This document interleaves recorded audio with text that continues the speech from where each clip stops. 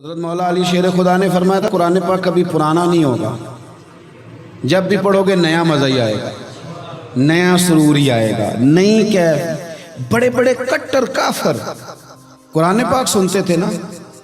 ایک دن عتبہ کہنے لگا ابو جہل سے اور دیگر لوگوں سے کہ بڑی ہو گئی لڑائی، بڑی ہو گئی بحث، اس طرح کرتا ہوں میں جا کے نہ تو محمد ابن عبداللہ صلی اللہ میں جا کے بات کرتا ہوں حضور سے۔ عتبہ آ گیا، کہنے لگا میں مذاکرات کرتا ہوں۔ صاحب نے کہا چل تو سیاںا آدمی ہے، سمجھدار ہے، چلا جا۔ جا کے نہ تو وہی باتیں جو وہ ہمیشہ کرتے تھے۔ نبی کریم علیہ السلام سے کہنے لگا ہم سارے آپس میں ہیں، برادری ہے، قبیلہ ہے، ایک شہر ہے، پھر بھی لڑائیاں شروع ہو گئی ہیں۔ جو آپ کا کلمہ پڑھتے ہیں وہ الگ ہو گئے، جو ہمارے معاذ اللہ طریقے پہ ہیں وہ الگ ہیں، تو کوئی بات چیت نہ کر لیں بیٹھ کے۔ تو حضور نے فرمایا کرو نا۔ کہنے لگا اگر آپ سرداری چاہتے ہیں تو ہم دیتے ہیں، اور اگر آپ مال و دولت چاہتے ہیں تو معاذ اللہ ہم دیتے ہیں، جو آپ کہتے ہیں ہم کرتے ہیں۔ کسی طرح کا بھی آپ کا مطالبہ ہے تو ہم پورا کرنے کو تیار ہیں، تو آپ بتا دیں ہم وہ کر دیتے ہیں۔ وہ بڑی اس نے لمبی چوڑی تقریر کی، جتنی آفریں گنا سکتا تھا گنوائیں۔ کریم خاموش رہے۔ جب اس کی بات پوری ہو گئی تو حضور فرمانے لگے میں بھی کچھ بولوں۔ کہنے لگا بولیں۔ میرے نبی پاک نے قرآن پاک پڑھنا شروع کر دیا۔ چند آیتیں پڑھی، کھڑا تھا بیٹھ گیا، پھر اٹھ پڑا، کبھی ادھر جاتا ہے کبھی ادھر آتا ہے۔ حضور نے تلاوت ختم کی، کہا کوئی بات کرنی ہے؟ کہنے لگا نہیں مجھے اجازت دے دے۔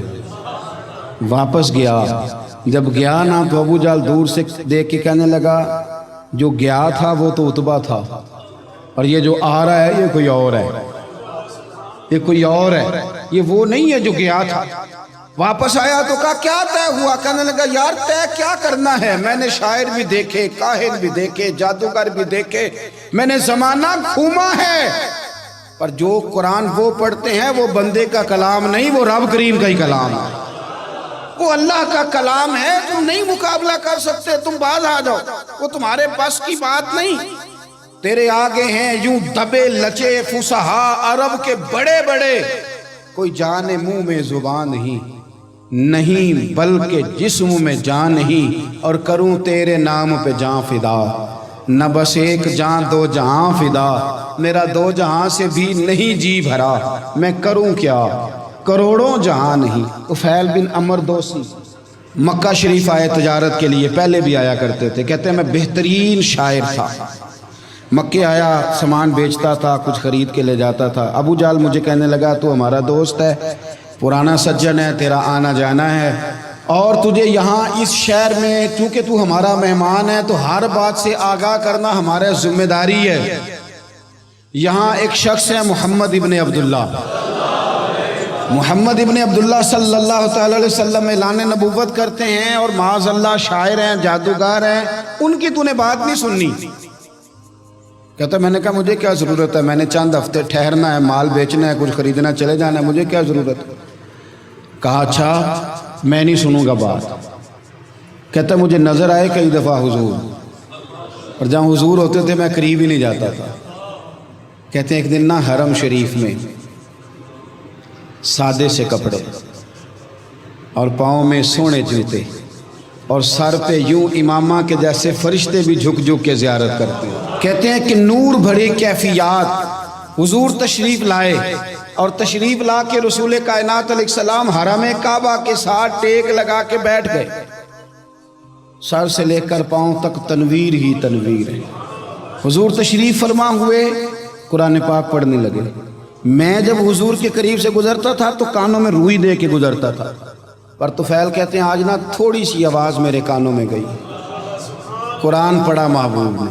اور ویسے بھی کیا کمال ہوگا جب یاسین والے نبی خود یاسین پڑھتے ہوں، جب طٰہٰ والے نبی اپنی زبان سے طٰہٰ کی تلاوت کرتے، وَالضُّحَىٰ وَاللَّيْلِ اِذَا سَجَىٰ جن کے بارے میں آیا جب وہ تلاوت کرتے ہوں، الم نشرح لک صدرک جن کے سینے کی تعریف اللہ نے کی، جب وہ ان آیتوں کی تلاوت کرتے ہوں گے تو کیا شان ہوگی۔ جن کو رب کہے وَلَسَوْفَ يُؤْتِيكَ رَبُّكَ فَتَرْضَىٰ حبیب تجھے اتنا دوں گا کہ تو راضی ہو جائے گا۔ تو جب حضور خود یہ آیتیں پڑھتے ہوں گے تو انداز کیا ہوتا ہوگا۔ کہتے ہیں وہ تھوڑی آیتیں سنی پر قربان جائیں میرا تو کوئی دل ہی بدل گیا۔ میں بڑا بہترین شاعر تھا، لفظوں کے تراشے مجھے خوب آتے تھے، الفاظ کے بام و در سے میں آگاہ تھا، اچھا ادب میں جانتا تھا، پر میں نے کہا یہ کلام، یہ انداز، لو انزلنا ھذا القرآن علی جبل لرأیتہ خاشعا متصدعا من خشیۃ اللہ، یہ انداز پتھروں پہاڑوں پہ جائے تو وہ ریزہ ریزہ ہو جائے. کہتے ہیں تھوڑا سا پڑا قریب لیں اور پھر نظریں جھکائے ہوئے حضور اپنے گھر گئے. سرکار چلے تو میں پیچھے پیچھے، حضور گھر میں چلے گئے تو میں نے دروازے پہ دستک دی، باہر آئے، سلام لی. میں نے کہا محبوبہ وہ جو آپ پڑھ رہے تھے تھوڑا اور نہیں سنا دیتے، تھوڑا اور نہیں تلاوت کر دیتے؟ کہتے ہیں رسول پاک نے نا پھر قرآن پڑھنا شروع کیا. میں کبھی بیٹھتا تھا کبھی اٹھتا تھا، جب حضور نے تلاوت مکمل کی تو میں نے آگے بڑھ کے ید اللہ والا ہاتھ تھاما اور دست مبارک پکڑ کے کہا سونیا، یہ مجھے کہتے تھے نہ سننا، میں نے زمانہ دیکھا ہے، میں کوئی عام آدمی نہیں، میں سردار ہوں، میں نے دنیا دیکھی ہے، مجھے قسم ہے تو آپ کی زبان سے نکل رہا ہے وہ بشر کا کلام نہیں، آپ مجھے کلمہ پڑھائے، میں مسلمان ہونا چاہتا ہوں.